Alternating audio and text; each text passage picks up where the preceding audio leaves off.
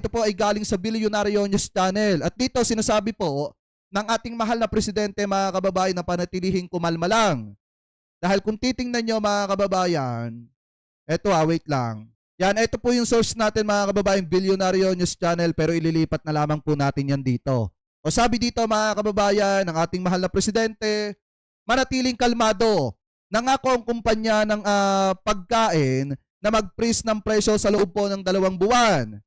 Nakakuha si Pangulong Ferdinand Marcos Jr. ng voluntaryong pangako mula sa mga malalaking food manufacturers na hindi na umano magtataas ng presyo kung saan mananatiling parehong halaga ng kanilang produkto sa loob ng hanggang 60 days, mga kababayan, o halos 2 buwan upang maprotektahan ang mga mamimili laban po sa pabagong presyo sa pandaigdigang merkado. Ayan o, kita nyo, nakikipag-usap ang ating mahal na presidente sa mga food manufacturer, mga kababayan, para hanggat maaari, wag itaas ang presyo ng mga pangunahing bilihin para maprotektahan yung mga mamimili po natin. Habang ang ating presidente ay busy-busy sa paghahanap ng solusyon para matulungan ang mga kababayang Pilipino po natin, ang mga DDS, mga kababayan, at si Sara Duterte ay busy-busy sa paninira sa ating mahal na presidente. Ano po sasabi pa dito? Basahin pa natin. Ang hakbang na ito ay kasunod ng inspeksyon sa pasilidad ng Century Pacific Food Inc. sa lalawigan po ng Laguna, kung saan sinuri ng pamahalaan ang antas ng inventaryo sa gitna ng mga aberya sa logistic at tensyon sa Middle East. Hindi tataas ang presyo hanggat kaya nila.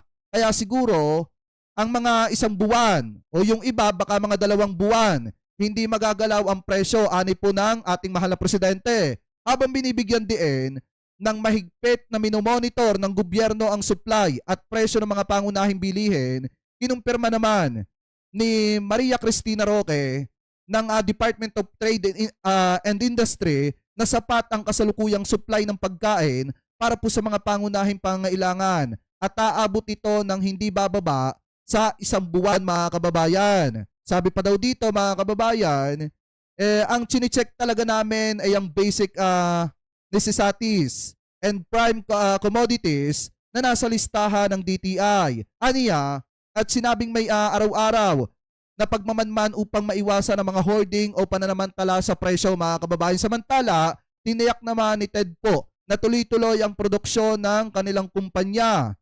Tumatakbo ang aming mga pabrika, sapat ang aming mga inventaryo at patuloy ang aming distribution network sa pagsusupply sa mga retailer sa buong bansa.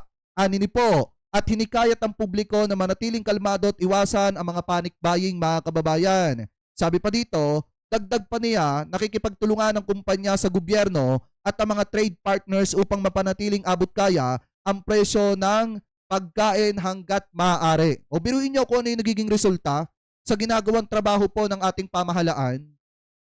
Di po ba? Kaya kung ikaw, eto mga kababayan, para sa akin, kaya kung ikaw, Vice President Sara Duterte, ay may maitutulong at sabi mo meron kang idea kung paano pababain ang presyo ng mga pangunahing bilihin, o bakit hindi ka tumulong ngayon? Ngayon kakailangan ng mga kababayang Pilipino natin. Diba? Ngayon namin kailangan yung idea mo, kung meron man. Eh ang problema, kung wala ka naman talagang maitutulong at wala ka naman talagang solusyon, eh dapat hindi ka na maging maging dahilan pa ng distraction ng ating pamahalaan. 'Di ba? Wala ka nang solusyon, eh ikaw pa ang nagpapalala ng tensyon, ng kaguluhan dito sa ating bansa.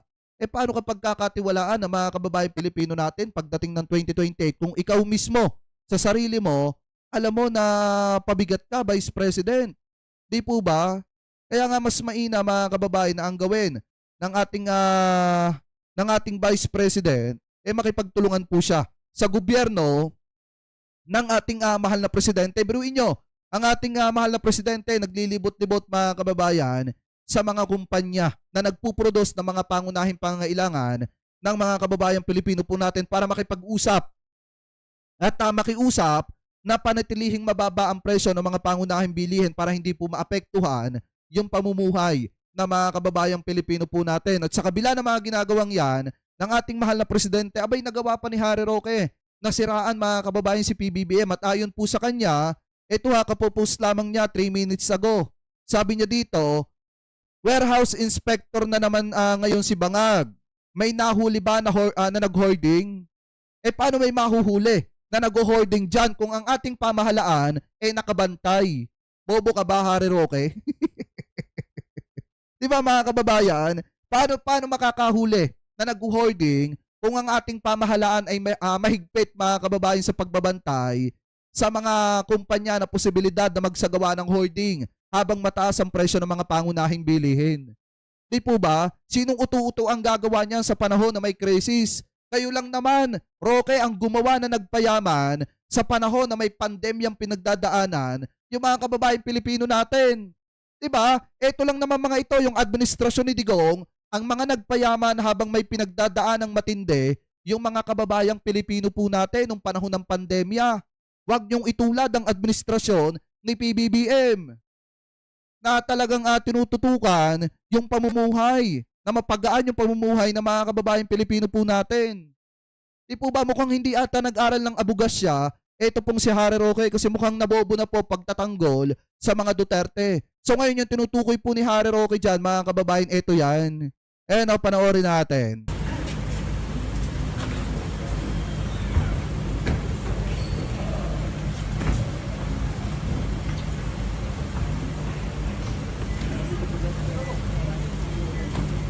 Ayan Diyan din mga kababayan naganap yung pakikiusap ng ating mahal na presidente sa mga kumpanya na nagpuproduce ng mga pangunahing pangangailangan ng mga kababayan Pilipino po natin katulad ng mga pagkain, mga dilata at iba pa. Talagang nakiusap po, pumunta personal para mag-inspeksyon ang ating mahal na presidente at nakiusap na rin sa mga kumpanya na kung pwede, wag muna silang magtaas ng presyo ng mga pangunahing bilihin para maprotektahan po ang mga mamimili. Dito po yan naganap. Tuloy pa natin. Ito yan, nakikipagpulong ang ating presidente kung makikita nyo.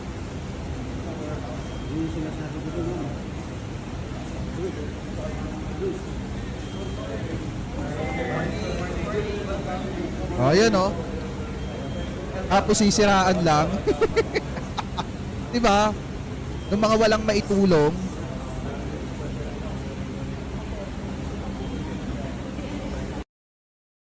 Ito pa. Ayan, ayan, diba? Ito pa. Ayan pa,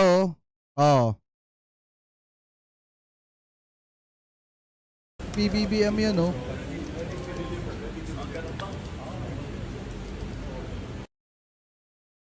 Diba? Ayan pa,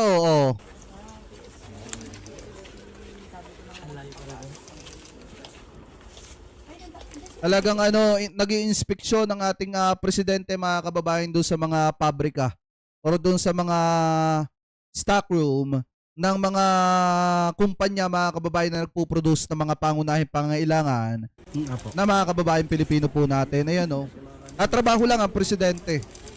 Unlike po kay Sara Duterte na ang pinagmamalaki lamang yung libreng sakay na ang pera na ginamit doon ay pera din ng mga kababayang Pilipino po natin.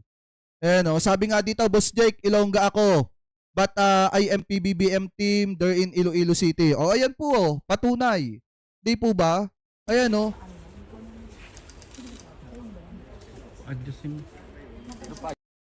bukod dyan, ayan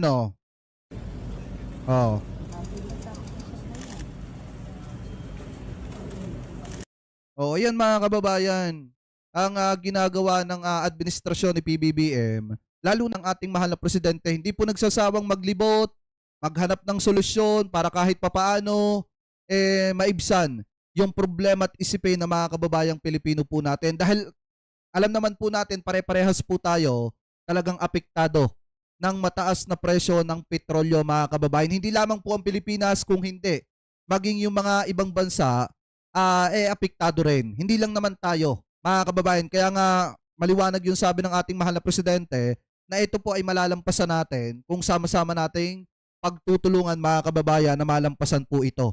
Wag niyong intindihin yung sinasabi ni Sara Duterte. Kasi ganun po talaga mga kababayan kapag ka mga puro destabilization ang nasa isip para lang mapatalsik ang presidente, wala nang iba nakikita kung hindi mapaalis sa pwesto si PBBM at walang tulong na ginagawa para tulungan ang mga kababayang Pilipino po natin. Ano po? So kayo, mga kababayan, kung kayo po ang tatanungin, ano po ang masasabi ninyo hingil po dito sa mga topic na ito na tinalakay po natin? Ano po ang comment at opinion po ninyo hingil po dito sa mga topic na ito na pinag-usapan po natin? Comment below na lamang po kung ano po ang masasabi nyo hingil po dyan mga kababayan.